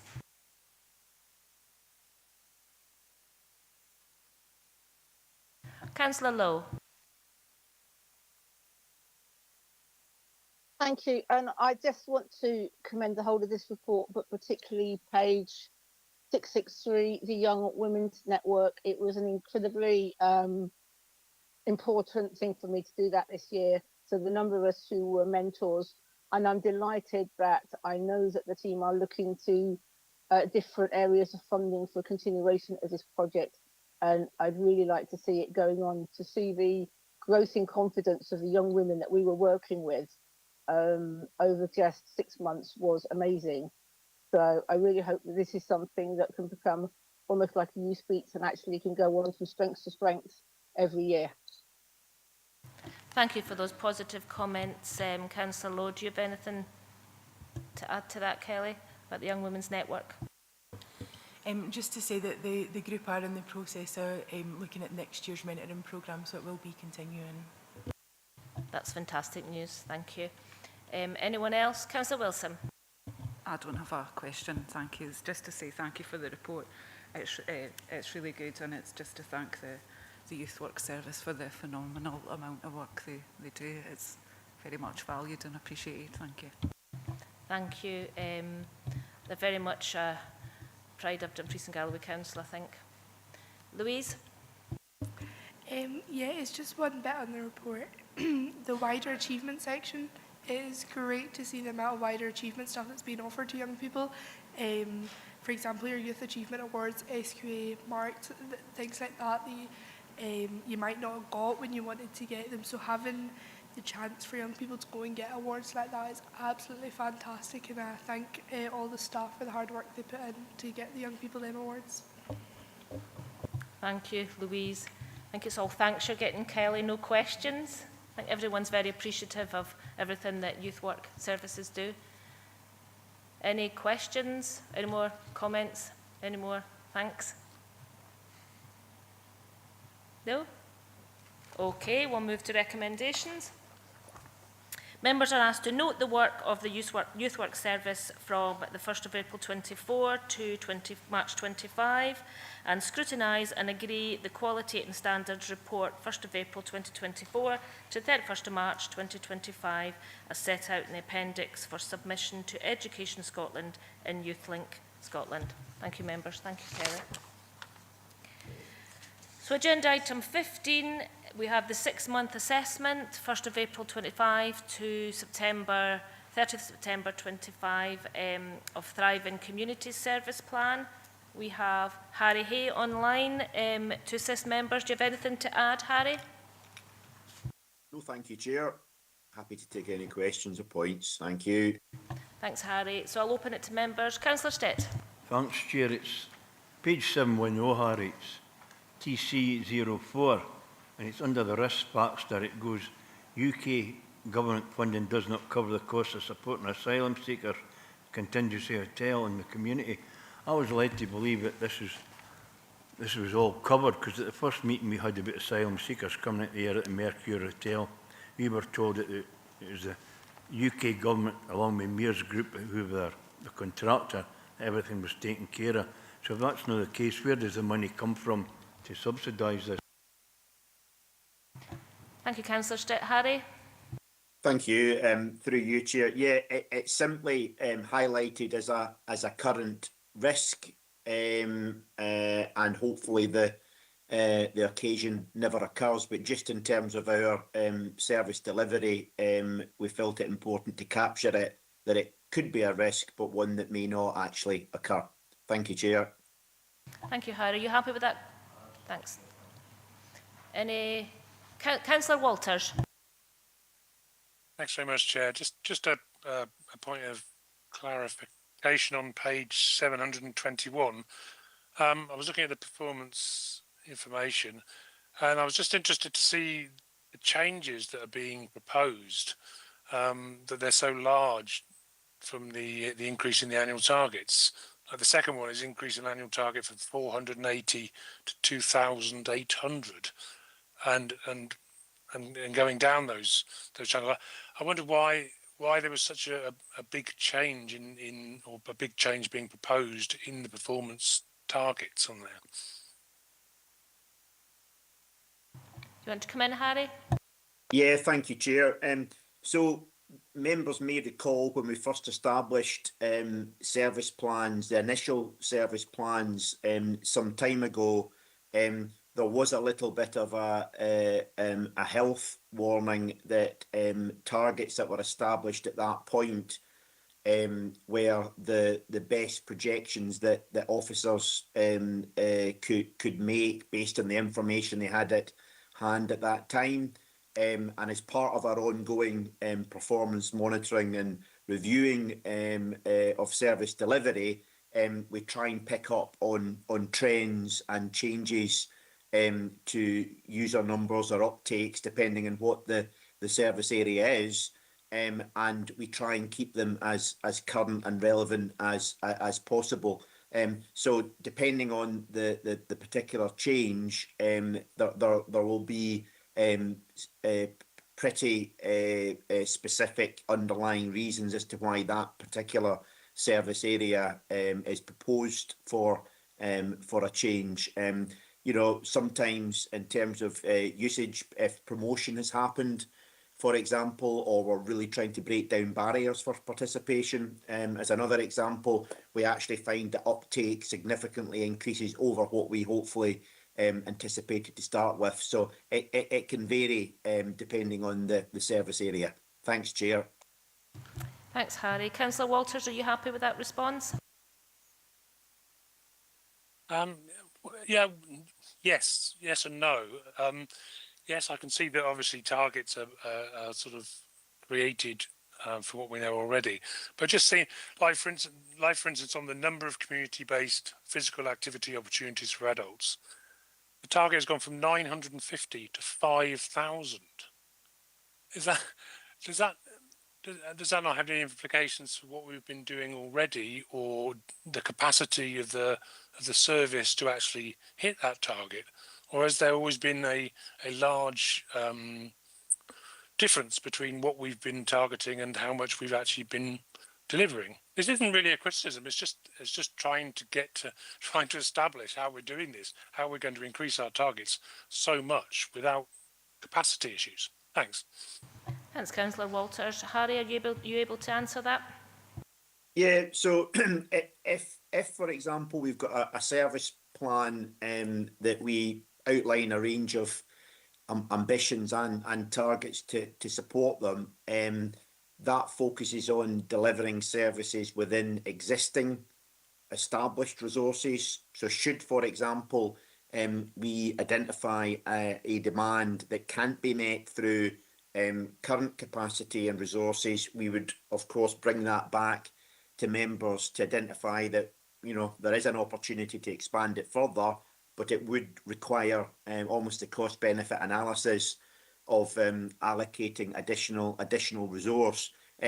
Sometimes, for example, where we've got a commitment in the service plan, physical activity uptake, for example, it may well be that in conjunction with partners, community organisations, service users, that once the profile of that type of activity is highlighted, you know, demand significantly increases, but it can still be delivered within existing capacity and existing resource. So targets, when they're initially established, every effort is made to you know, establish them in a way that they're realistic, but equally they're always constantly under review, and we take these opportunities at the 6 monthly or annual performance feedback to members to change or amend accordingly. Thank you, Chair. Thank you, Harry. Does that answer you more clearly, Councillor Walters? That does. Thanks very much, Harry. Thank you. Councillor Marsh. Good afternoon. Thank you, Chair. My question relates to Appendix 1, the Service Plan Performance for Thriving Communities. Unfortunately, I don't have the papers with me, as I was just put on last minute to this committee yesterday.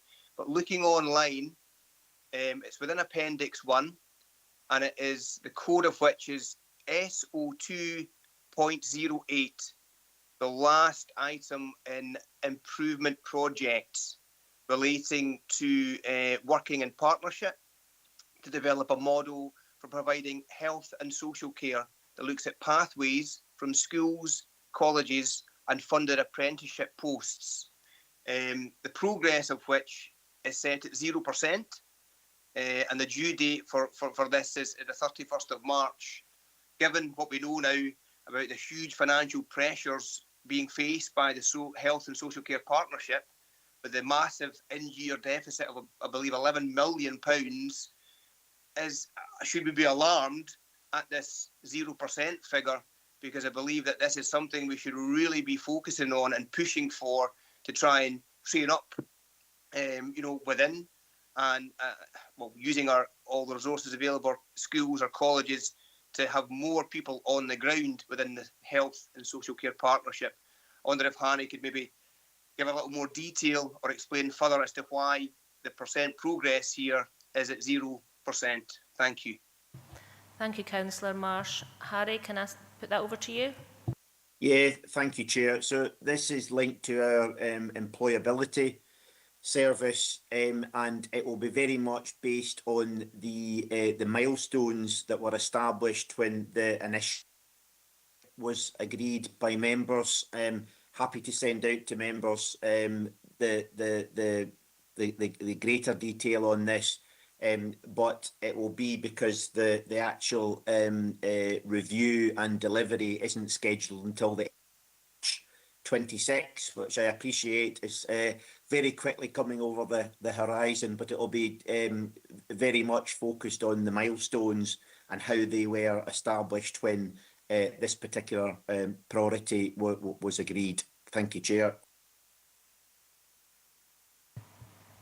Can I add also, it's a good opportunity to highlight that this is Careers Week. There is a great deal of work ongoing that members may be aware of between our partners in the college, employability services, and those across the local employability partnership.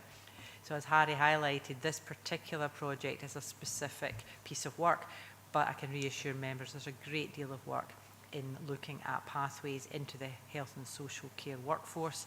In fact, there is a DYW event tomorrow at the Bridge. So lots of activity ongoing to support our young people and those returning to be upskilled.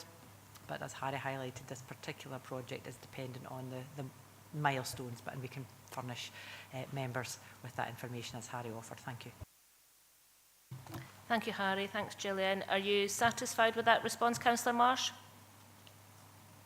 Yes, thank you, Chair. I would very much look forward to seeing that extra detail if Harry could send that through. Obviously, I just wanted to highlight, given the huge pressures within that sector of health and social care, I think it's extremely important that we put a major focus on this. And if we can train our own and encourage more to get into that sector, it would go some way to alleviate the pressure that it's currently facing. But yes, thank you, Chair. Thank you for that. And Harry, if you could send that information to all members, that would be really appreciated. So do we have any other questions? Comments? No? Okay, we'll move to recommendations. Members are asked to review the summary of performance for the Thriving Communities Service Plan for the period 1st of April 25 to the 30th of September 25, which includes council plan delivery, service plan delivery, change and improvement activities, success measures, service-specific, council-wide, including health and safety and local government benchmarking framework, and the management of the skills within the services risk register. And 2, scrutinise the exception reporting and consider whether the actions proposed are adequate to improve performance and future monitoring of areas which have not met the target, and agree the proposed amendments to the current Thriving Communities Service Plan measures. Thank you, members. So we move to agenda item 16, Head of Service 6-month assessment, 1st of April 25 to 30th September 25 of schools, quality and curriculum service plan. Now we've got Jim Brown online. Do we have Karen Bryden? Yeah, there she is, Karen. Hello, Karen. Do you have, either of you have anything to add to the report? Nothing to add, thank you, Chair. Chair, I have one item to add, if possible, just in relation to KPI CHN 20A and 20B, page 741 and Appendix 1. Exclusions are presented as a rate, but for further detail, that 105 episodes of exclusion took place in this period. 42 of them were in our primary schools and 63 were in our secondary schools. 97 individual pupils, different pupils, out of a potential 17,513 pupils on the school roll were excluded. And within our primary schools, that was 38 pupils. And within our primaries in that period of time, there were 9,327. And in our secondary schools, there were 59 individual pupils who were excluded, again, out of a number of 8,186 pupils. As far as our exclusions of looked after pupils, there were 8 exclusions, 3 within the primary, 5 within the secondary, and we currently have 193 looked after pupils in our schools. 86 of those are in our primaries and 107 in our secondaries. Thank you, Karen, for that update. To open up to members, do you have any questions, comments?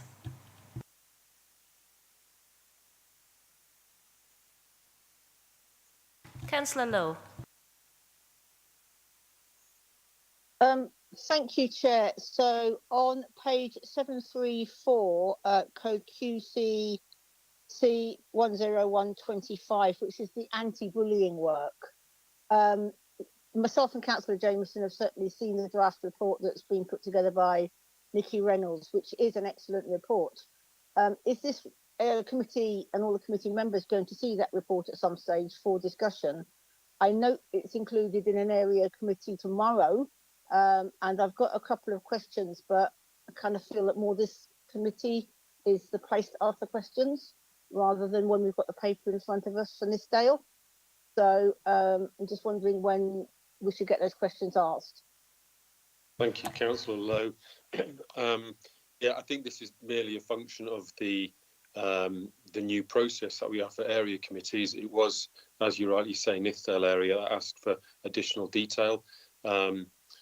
We know what this is. This is a project that we're moving forward with. So it's not an intervention that's already happened and is in place. It's something that we are now implementing. So we are at a stage of implementation. So what that will be, the report will very much say that we have done what we said we wanted to do by the given milestones. Your point, though, is very well made in as far as, is it better for that information? Probably more when the project is actually delivering, but is it better for that information to come to this service committee or to be disaggregated to individual area committees? It hadn't been the intention, as it wouldn't be normally for a project, to bring forward an update during the course of delivering the project. You can see with the projects at what stage of completion we are. I think all that's happened here, Councillor Lowe, is that's been overtaken by the explicit instruction from Nithsdale that they wanted an update in relation to the progress of the project. But just final point then from me on that one, it won't necessarily be that we can describe to you the impact of that project, because clearly it hasn't yet been fully implemented. But I certainly would follow your guidance in terms of requesting an update to this committee, maybe once that project has been completed. Thanks. Thanks for that, Jim. If you remember, Councillor Lowe, this is when we were given all the options at Nithsdale Area Committee. This was one of the things we wanted a deep dive in, and I do also recall, Jim, you explaining at the time we probably wouldn't get the information we were asking for because it wouldn't have been completed at the time, but it is what members asked for, so that's why it's going to Nithsdale Area Committee and it's not here, because it isn't a completed body of work yet for us to scrutinise at this committee. Am I right there, Jim? Thank you, Provost. You're absolutely bang on.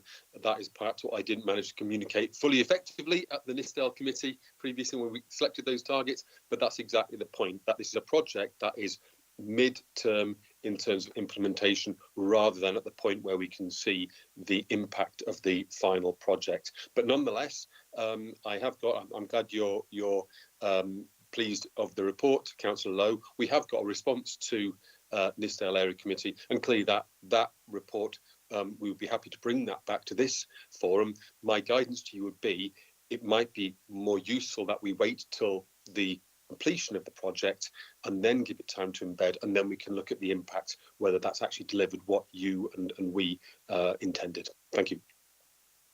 Thank you for that. Are you happy with that, Councillor Lowe? Yeah, I'm fine with that. I had more a specific question, but that may well just come out then as we take this forward. Thank you for that. Councillor Walters. Thanks very much, Chair. I just wanted to ask about the range of courses that were being provided on page 728, 4.5.6. Well, what I wanted to ask really was, obviously we're providing a wide range of courses, but parents have concerns about whether the range of courses is staying the same or being reduced.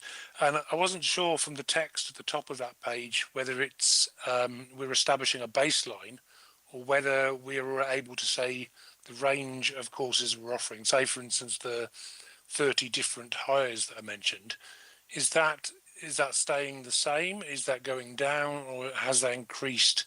Obviously, with the aligned timetable structure, we might be hoping that it will increase. I just want to check: is that a baseline figure, or is that can we have a comparison to how what that happened last year? Thanks. Simple answer to that one. I'm more than happy to bring back a snapshot picture of the number of courses that were offered in those areas for last year, and we do tend to look at this, Councillor Walters, and we certainly have evaluated each of our secondary school provision to look at the range of courses offered in each school. That is, of course, limited by their local context. And exactly as you said, Councillor Walters, it was one of the intentions of the online programme that we've now got running, that we could not necessarily increase the range of courses across Dumfries and Galloway, but we could increase the accessibility to that set of courses, and that's exactly what we have seen. But as I said, Councillor Walters, I'm more than happy to bring back not necessarily a report, but I'll simply disseminate the information via email to all members on this committee of what those numbers were for last academic year. Thank you. Are you content with that, Councillor Walters? Yeah, very content with that. That would be great. Thanks very much. Thank you. Jim, I don't think there's probably a necessity to bring back any report, but just if that information could be circulated to members, that would be enough. Thank you. Thank you, Chair. Do any other members have any questions? Vice Chair. Yes, thanks, Chair. I'm looking at pages 733 and 734. There's quite an impressive list of improvement projects, and they're ongoing, due to be completed the 31st of March. I just wondered if we put a bit more meat on the bones to the two elements here. Is improve levels of attainment in the senior phase is one of them, and the second one is there will be collaboratively established understanding of head teachers' empowerment and delegated responsibility, which defines expectation in relation to school improvements. I just wondered if we could expand on that a wee bit. They're both positive ambitions to improve attainment, etc., and to establish school improvement policies. So just if you could give me a wee bit more background, give the members a wee bit more background as to what that entails and what you expect to achieve by the 31st of March. Thank you. Thank you. Happy to comment on that. What we see is, because of a number of factors, for example, the geography of the region, the size of the schools, different demographic factors, we have a great range of variability in our primary and secondary schools. In relation to secondary schools, that then impacts on things like the courses offered. So what we embarked on maybe 2 years ago is to start evaluating it in much greater detail what those timetable offers were, how they linked with things that I know you're very keen to look at, Councillor Jimison, local job market, but also then to look at staying on rates and other outcome measures. What that has led to is a number of interventions which we are now doing. For example, as you've read, the meetings I have with head teachers to look at attainment pictures, but also within 4.5.6, that idea of trying to get, where possible, a great level of alignment of those courses. So in other words, there's a balance between what schools can do independently of the central team and what we say we would like to see in place. And the aligned timetable, which you supported us with, that is an example of where we've said we would like all our secondary schools to do things in the same way. And in doing so, we can get a greater level of assurance about what's being delivered to all our children. What we don't want to do is to cut across head teachers and the school community's ability to describe a curriculum model that meets the needs of their local context. So that's very much what's behind this, Councillor Jimison, and we've talked about it frequently. So if you can imagine, that's at the heart of it. We've got a number of interventions that mean there is a level of interaction between the quality improvement team and head teachers, and I could describe that to you through the framework for improvement, which I'm more than happy to pass on. Shall I stop there and ask if that's answered the question before I move on, Councillor Jimison? No, that's grand, Jim. I just wanted to flush out just exactly what you've not got a lot of space in these little cells, so just to give you a chance to explain just exactly what you were doing. So that's perfectly satisfactory for me. Thank you. Good. So variability, using data more effectively to understand why the variability is there, and then putting in place mechanisms to support schools with their timetable offers. Thank you. Thank you for that, Jim. So any more questions from members? No, we'll move to recommendations. So members are asked to review the summary of performance for the Education Quality and Curriculum Plan for the period 1st of April 24 to the 30th of September 24, which includes Council Plan delivery, Service Plan delivery, change and improvement activities, success measures, service-specific, council-wide, including health and safety, and local government benchmarking framework, and the management of the skills within the services risk register, along with local benchmarking measures improving attainment for all for 2025, and scrutinise the exception reporting and consider whether the actions proposed are adequate for, to improve performance and future monitoring of areas which have not met the target, and agree the proposed amendments to performance information for School Service Plan 25-26. So we move to agenda item 17, and that's the Head of Service 6-month assessment of Education Resources Service Plan 25-26, and we have John Thin in the room to assist members if you have any questions. John, do you have anything to add to the report? Nothing to add, thanks, Chair. Thank you. So I'll put it out to members for any questions.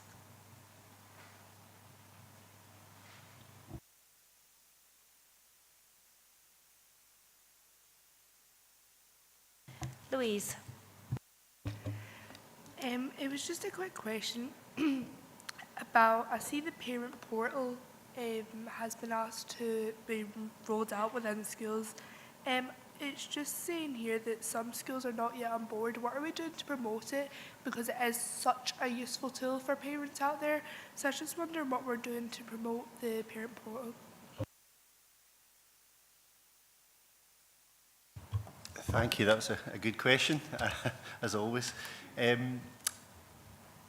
So we have got what we call an empowered system, so schools themselves can make decisions about the most appropriate way to communicate with the parents, make sure that that information flow is going backwards and forwards. We know that we have had some challenges in the past with some of the IT platforms that we've used, and I can never quite remember the name of the one that we had to suspend for a period of time to allow some of the sort of safety checks around about that to be carried out. So Parent Portal itself, we're very much encouraging our secondary schools to use. It is an efficient and effective way to carry out business and to make sure that communication is backwards and forwards. So I have got some senior officers going out to the schools to understand what some of the barriers are for those schools who are not using it, to try and support the schools to be able to actually implement it. It does take a bit of work at the start. It's front-loaded in terms of inputting the data and the information that needs to go into the system. But once it's there, it does make a huge difference. And we're kind of doing showing the people or the schools that it's worked well in and getting them to be the advocates of it so that they can then say, well, actually, it has made a huge difference. And I think, again, in today's financial climate, if we can make efficiencies using the system, then that's got to be something we're looking at as well. So we are working with the schools. We're trying very hard to get all of our schools onto it. It is the head teacher's ultimate decision about how they want to use the communication tools that are available to them, but we're very much encouraging the schools that this is a good way forward. Thank you. Thank you for that. Are you happy with that, Louise? Is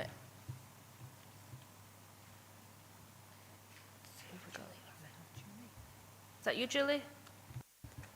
Thank you, Chair. Just a quick question about page 760. So it's the improvement project to continue to develop appropriate professional learning programmes, and it includes induction to meet the needs of all children and young people.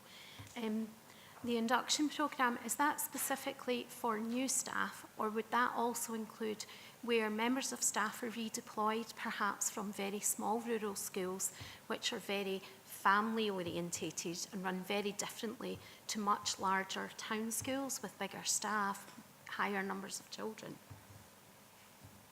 Has that been taken into consideration? Yeah, thanks for that question. I suppose the simple answer is no, it hasn't necessarily included those staff. We have tried to focus our energy on new starts to the council and new starts to those who are working with children and young people to make sure that they have the required and requisite skills and knowledge and understanding of their role and the responsibilities within that. But it's a good point, and it's probably something, again, we probably need to look at in the round. It's not necessarily going to be a central role. It will be for the schools themselves and the managers within those schools and other staff to support inductees into new environments. You know, my view would be it's probably a shared responsibility to do that, and we all have a role to play to try and make sure that staff who are moving to new environments have got the right support in place to allow them to settle in and do the job that they're being paid to do as well as they possibly can. Thank you. Thank you. Are you happy with that, Julie? You want to come back in? Yes, thank you. I do have another question, I should have said. Is that okay? So my other question was about aiming, it's on the next page, page 761, and it's the aim to reduce the spend on education staff absence by 10% by building capacity of line managers at all levels and the application of the Council's revised maximising attendance policy. I'm just wondering, I mean, from my point of view, sitting as a class teacher, that policy is applied, I would say, quite rigorously from my knowledge. So I don't quite understand how it will reduce a spend because it's already being applied.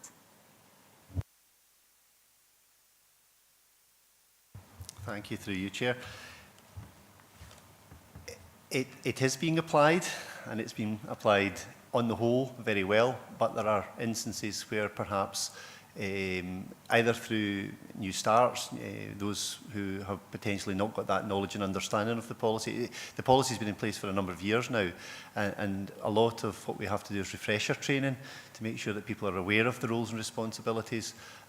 So we aim to take advantage of the opportunity to look at the new policy, the revised refresh policy, which will be developed in conjunction with trade unions and obviously led by HR, to develop a programme of support and training for all managers to make sure it is being applied consistently and fairly and equitably across all employees within the council. In particular, my focus is obviously in the education staff, because it is a significant resource in terms of the budgetary pressure that puts on us if we're not able to manage that policy as effectively as we can. So hopefully that gives you that rounder kind of picture on that one. Thank you.